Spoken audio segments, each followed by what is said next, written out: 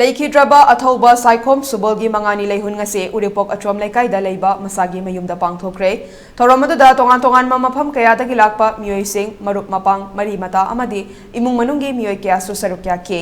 leikhidaba gi photo da leisu katpa kalune na mapugi oiba lining laison su pangthokke thoromase ga mari leinana leikhidaba subolgi apokpa rocket na phongdorakhibada machanupa leikhidre haiduna mahak awaba faude ereibak eramdamgidamak mahak changna sharga kakhibani haina lawi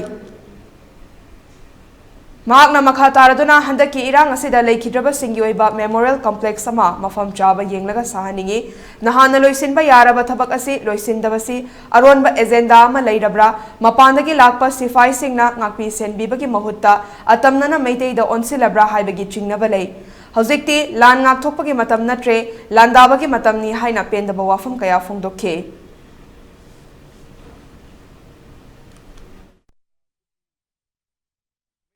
attack amata tokde maitana defense laibani defense leina makhoi kuki minority kangbu si asane phane mating pangjalaga asane phombo yauna maitai si kai minority tana bu hona bata yam chauna mating pangba amuk oibani na hairiba potsa Manipur government amadi India government na puning changda badiki thokpani haina hajage aduna Manipur government amsi India government cha khara section ba phai Manipur government da su ai request saugari India government da su request saugari madudi chin kuki da mating pakwangi muhuta India noiriba Manipuri singbu mating pangbiu foreigner da mating pangba taragati pithibiti leiba United Nations su chungchoi choidana India government da su asoiba myam lakhatbo mali aduna ai request aroi boina mukachu tawjari masigi potsa ekhoi army de lebe ekhoi gi damakti di pungkhai mege manungta solution tawbangam ba poni masi amisaji amadi rajnath narendra modi makhoi humna tawbangam da ba hacha manungta aronba agenda amal lei haibse masi ipong khongmo poni aduna masigi potsi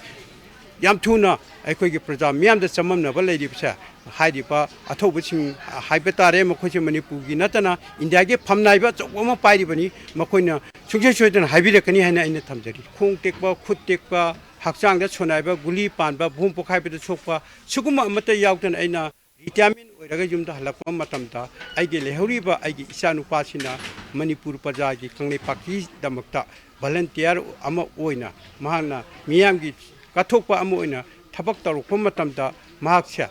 kuki militant singa lan chungna bada aigi Echanupa ama leigidaba cha maside da ai thoidongna nungaitaba haibidi leite manam karigino hairagadi aigi Echanupa leigidaba cha masi miyamgi kangle pakidamukta mathauna phana prajagi damukta kathokpa amada chatkhibani na ai nungaitaba tokde